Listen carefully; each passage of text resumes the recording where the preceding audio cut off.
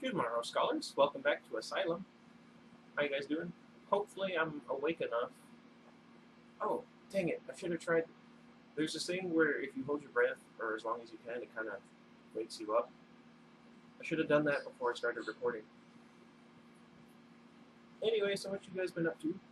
In however long it's been since the last time I asked, which I guess at this point for you is about 40 minutes. Um, okay, so I haven't really decided what other horror movies to watch. But as soon as I'm done recording this, I'm going to go ahead and start watching Halloween H2O. Anyway, we are on chapter 11, I think? No, it's 10. Yeah. Chapter 10, page 90. And all in all, with Abby sipping the takeaway espresso at his side and the stars just beginning to twinkle overhead, Dan was feeling pretty darn all right. They meandered back to campus at a leisurely pace while Abby told him the latest news from home. Her parents had patched things up for now, her dad agreeing to work on a more creative personal project, even going so far as to ask Abby to design artwork for an online fundraiser to cover the recording costs. Oh, that'd be nice. That's good news, he said, walking her up the path leading to Brookline. He was beginning to wonder if he should kiss her goodnight. No, no, slow, remember? Mess this up and you lose her as a friend, too. Of course, if she offered, then all bets were off. They ambled through the entrance hall and over to the main staircase. You should link me to that fundraiser when it goes up. I'd love to contribute. Yeah, right, Abby nudged him with her hip. You don't even know what his stuff sounds like. So, I'd love to buy something you did, and it obviously means a lot to you. She stopped at the landing to her floor and turned to look at him full in the face. That meant tipping her head back a little to adjust for their height difference. I kind of wish he were taller than him. Funnier that way. That's really... Thank you, Dan. No problem. They turned the corner and found the hallway empty except for Jordan. Uh-oh. Abby whispered. Oh, dear. Uh-oh. What? Dan looked back and forth between them. I usually meet Jordan after dinner to study. It totally slipped my mind. Abby squeezed her coffee cup so tightly the styrofoam creaked. He's going to be angry. Dan knew the two of them hung out plenty, but he had no idea the study sessions were some kind of hard and fast ritual. They slowed down as they approached Jordan looming outside Abby's door.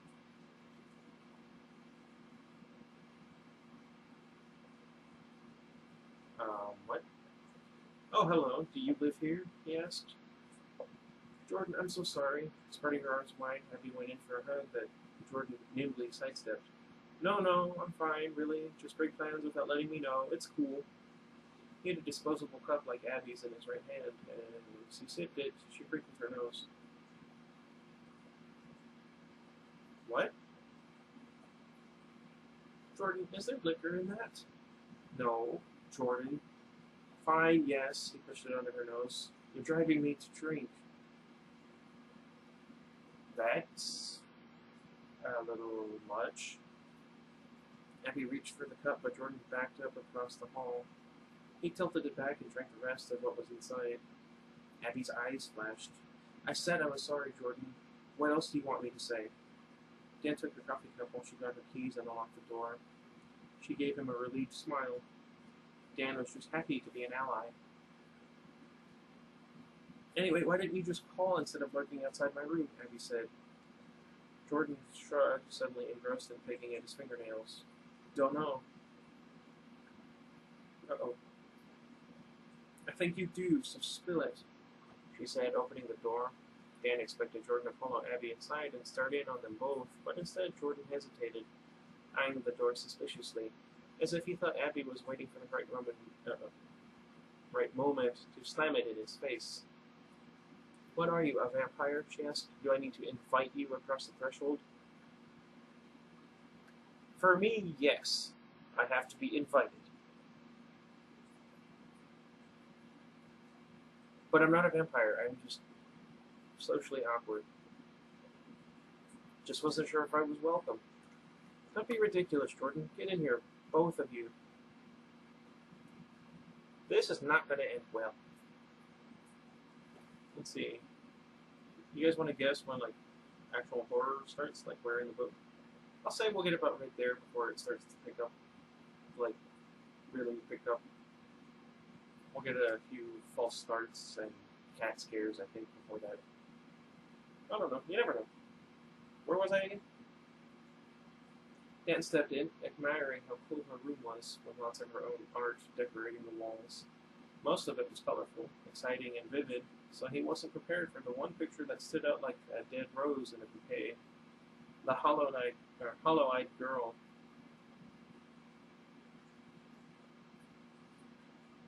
Taped on the wall above the bed, it was drawn exactly like the photograph.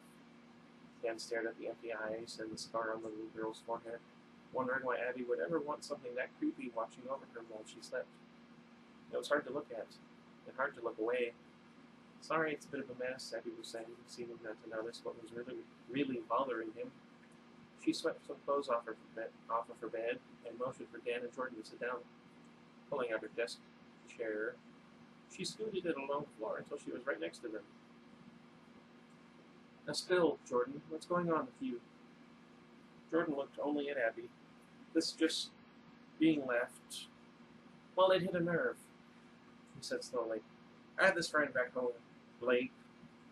That is such an odd name. Jordan stumbled over the name as if just saying it made him choke. We pretty much did everything together until a few months ago when I finally came out to him. Oh, come on. How could anyone be around me for 5 minutes and not know? He added bitterly. Anyway, he made himself scarce. Not like a blow-up fighter or anything. He just disappeared. One day we're fine, buddies, whatever. And the next he's not returning my texts. He's ignoring me at school. He'd pass me in the halls and just look through me like I didn't exist. Like I was some kind of ghost. A long silence followed Jordan's confession. Abby glanced at Dan. That's not fair, she finally whispered. We didn't disappear. We're not ignoring you. And I'm sorry, Jordan. We both are. But honestly, we were sort of on a date. You were? We were? He and Jordan spoke at the same time. Didn't clear the sort. I mean, we were. Oh, jeez. Oh. Good for you. Jordan chewed the inside of his cheek. I do that too.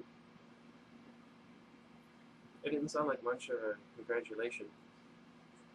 But next time we'll call, Abby said hurriedly, adding, if we've made plans with you or anything, okay? Okay. He sounded like a little kid who had unexpectedly gotten his way but didn't want to stop pouting. Abby? Dan couldn't hold back the question any longer. Why do you have that drawing? Or, why did you do that drawing? There we go. Abby followed his eyes to the picture of the little girl, as if she didn't know immediately which one he meant. I don't know. Why not? She said. She seemed so sad. I wanted her to feel like she was in a safe place. She was clearly lonely down there in the dark and dust. I thought I would just put her somewhere a bit brighter for a while.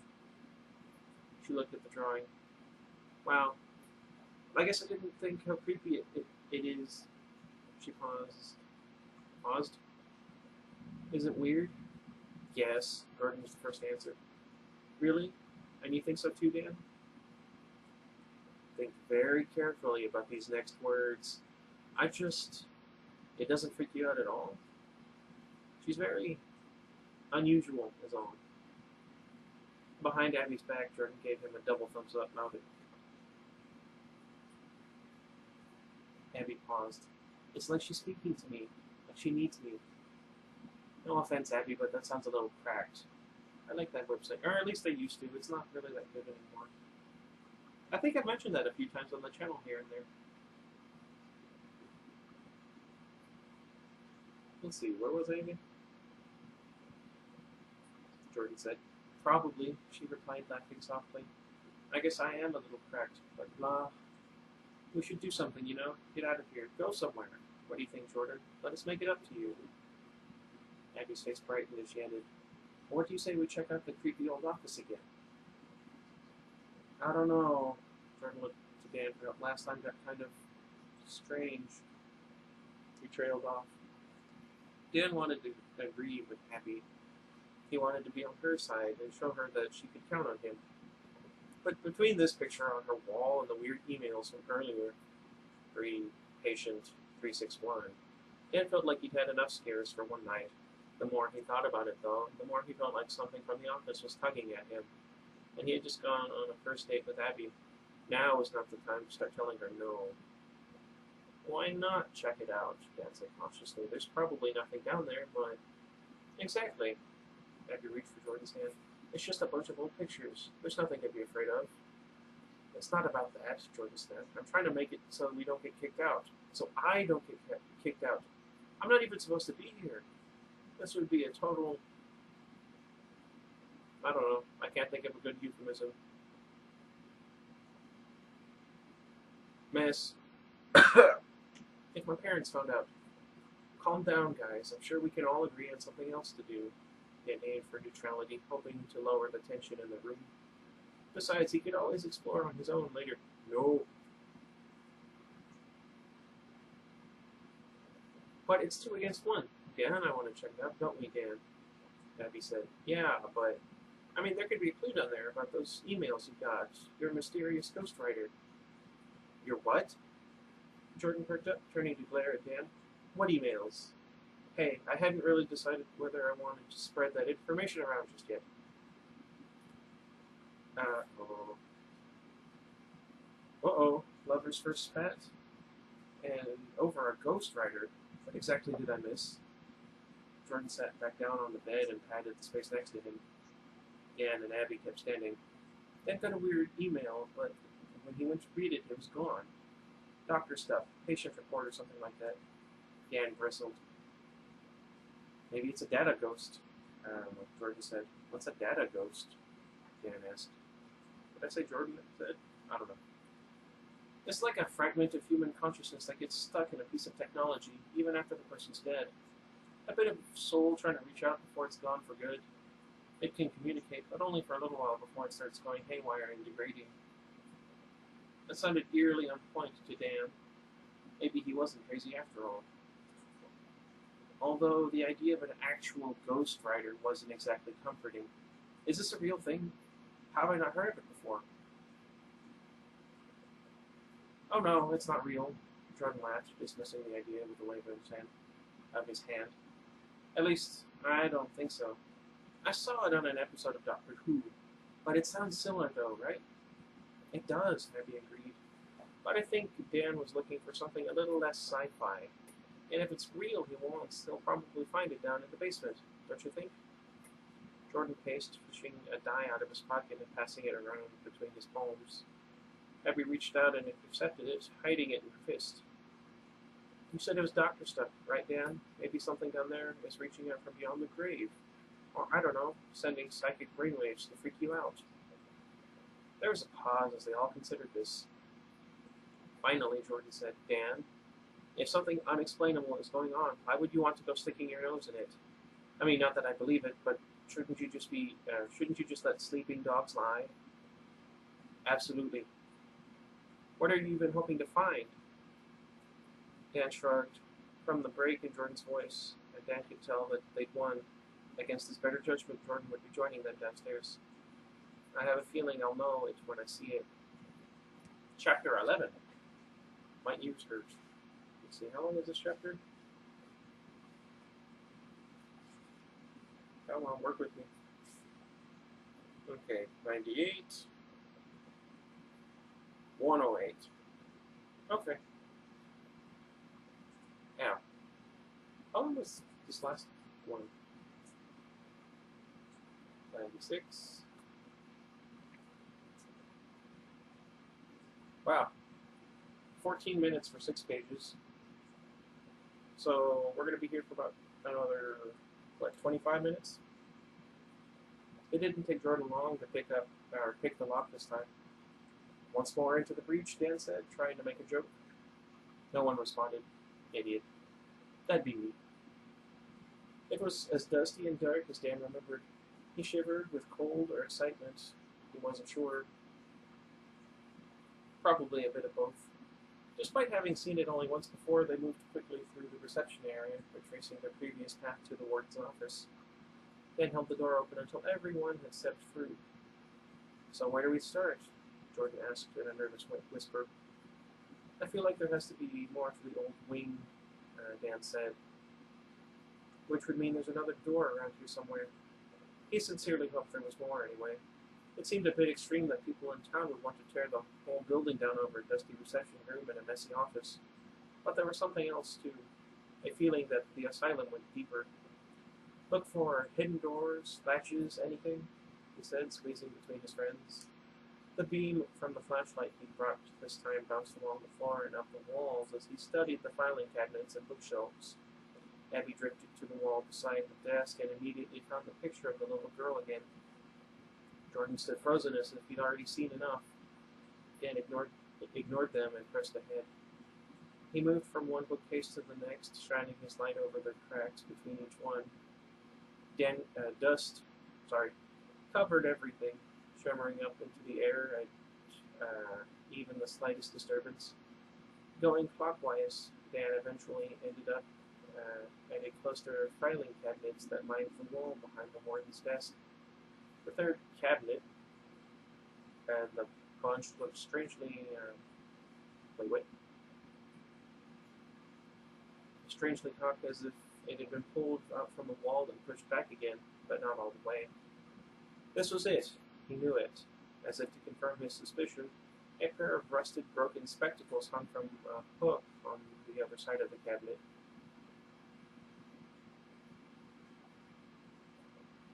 I don't know.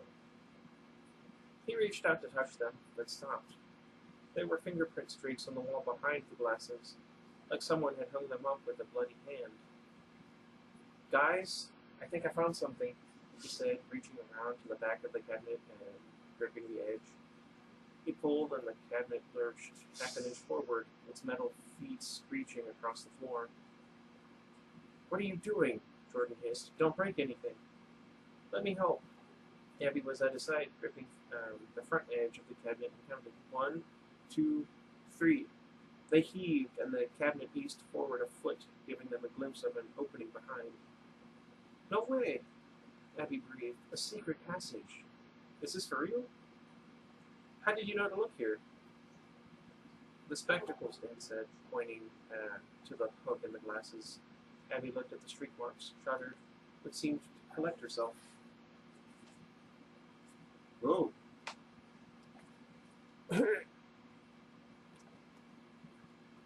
Just a little farther, and I think we can squeeze through, she said, matter-of-factly.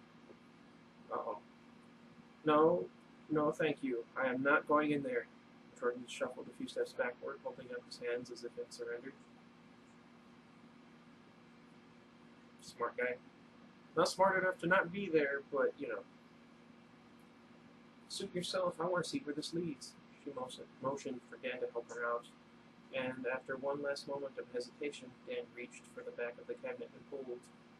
In 2 quick tugs, their way was clear. Use your flashlight, Dan. I can't see anything. He went through first, his heart pounding in his ears. This must have been a real doorway once, but it looks like someone tried to break it off, Dan said as he and Abby crouched and walked through to the next room. Then who opened it back up? Bits of loose brick and wall scattered from Dan's shoes. Professor Reyes mentioned something about a senior seminar archiving this place.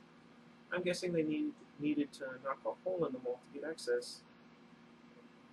The ceiling and walls opened up, and with a quick sweep of the flashlight, Dan determined they were in a second, smaller office.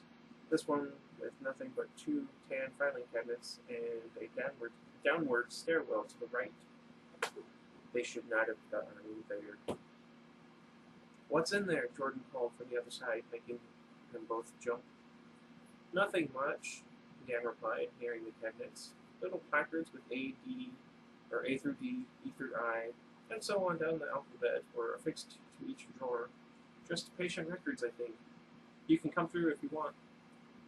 Jordan appeared from the narrow passage, his eyes wide and spooked. He noticed the dark stairwell and recoiled. Please tell me you're not thinking about going down there, Abs. We haven't even found anything yet, she replied, flashing her phone toward the stairs. Feels cold. I bet it leads down to a lower level. Which is exactly why you shouldn't go. Have you seen even one horror movie? I've seen a lot the last couple of years. I went to see The Conjuring 2 by myself because I'm an idiot. That was a spooky day. Anyway.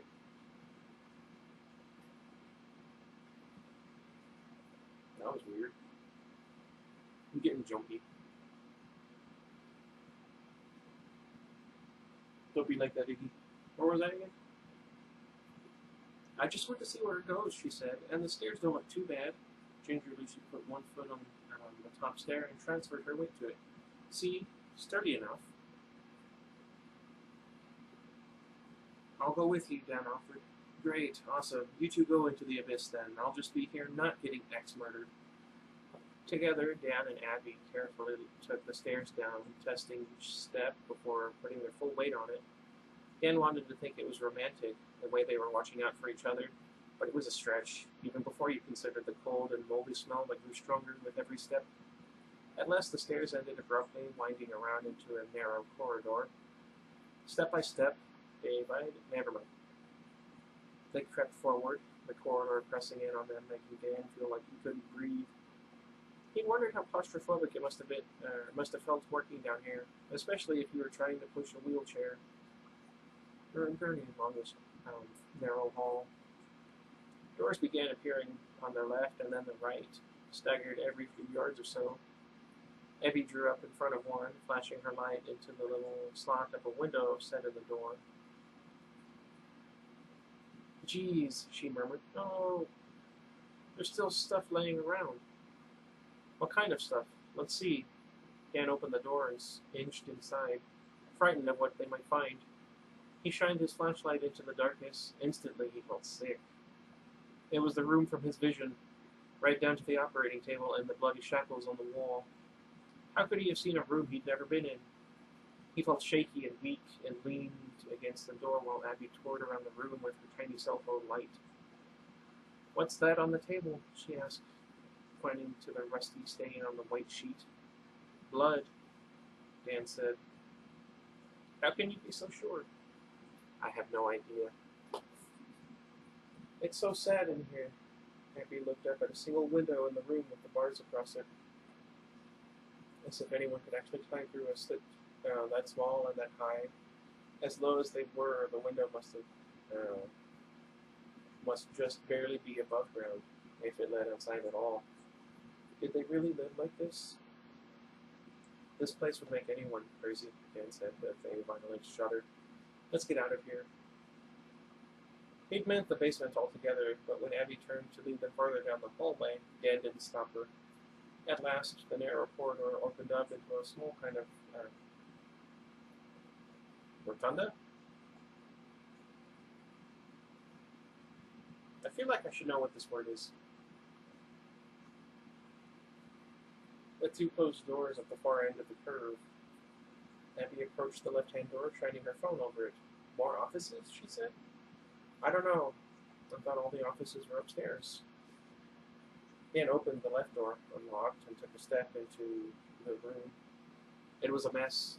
The contents of 7 file cabinets lay strewn across the floor. There were folders, papers, and handwritten notes heaped in waist-deep piles. Sorry. Like someone had been frantically looking for something and hadn't had the time to clean up. Dan picked his way through the mess, going to a door on the opposite side of the room and peering in. He couldn't help smiling as he shined his flashlight into the next office. Jackpot.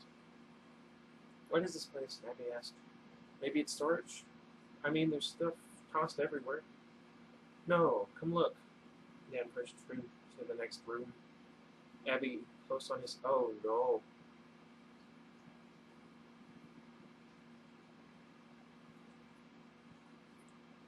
I won't say what I just thought yet. If you can guess what it is, more power to you. Let me know down in the comments what you think. But I have a sneaking suspicion. Where was I again? His light fell over a desk and behind a high-backed chair. This room was as neat as the previous one was messy.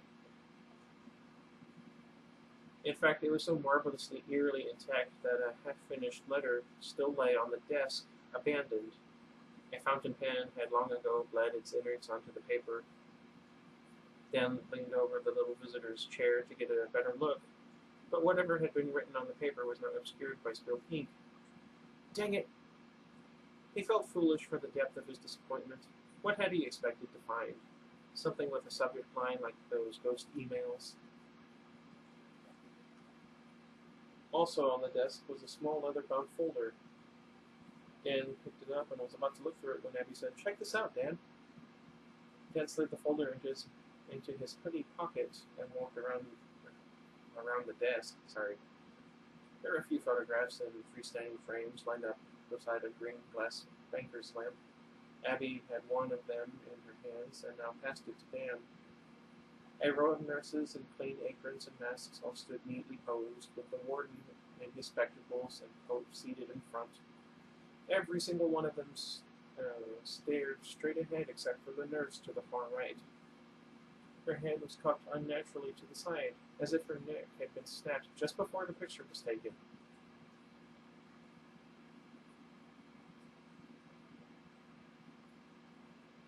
Taking a step back, Dan imagined the infamous book-lined warden sitting at his desk adjusting his spectacles and poring over research or composing a letter. Or maybe even this letter, the one stained with spilled black ink. A second, less rusty pair of spectacles sat on the desk near the photos. Without really being aware of it, Dan reached for them. They felt brittle to the touch and icy, but he held on to them, turning them over until the lenses caught in the light and shone behind their layer of dust. "Try them on, Dan." And so he did. They fit perfectly. He looked again at the photograph of the warden and the nurses, the photograph in which no one was smiling. The glass of the frame reflected his face back to him, overlaid on the photo. With a jolt, he realized that he looked like the warden. He tore off the glasses as though they had burned him, then something struck him. He'd seen this man, the warden, before. Twice. "They sure look jazzed to be there," Abby commented, but Dan barely heard her. "Hey, guys! I found something up here." It was Jordan, his voice echoing down from the floor above, reaching them faintly across the stretch of corridor. Dan set the photo back where Abby had found it, going so far as to reposition the frame and the marks it had left in the dust. He felt that the last thing he should do was disturb a place like this. It's too late for that.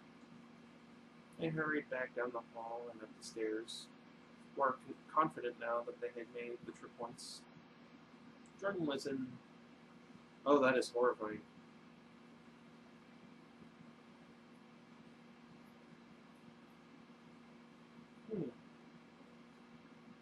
So that's on the far right, right?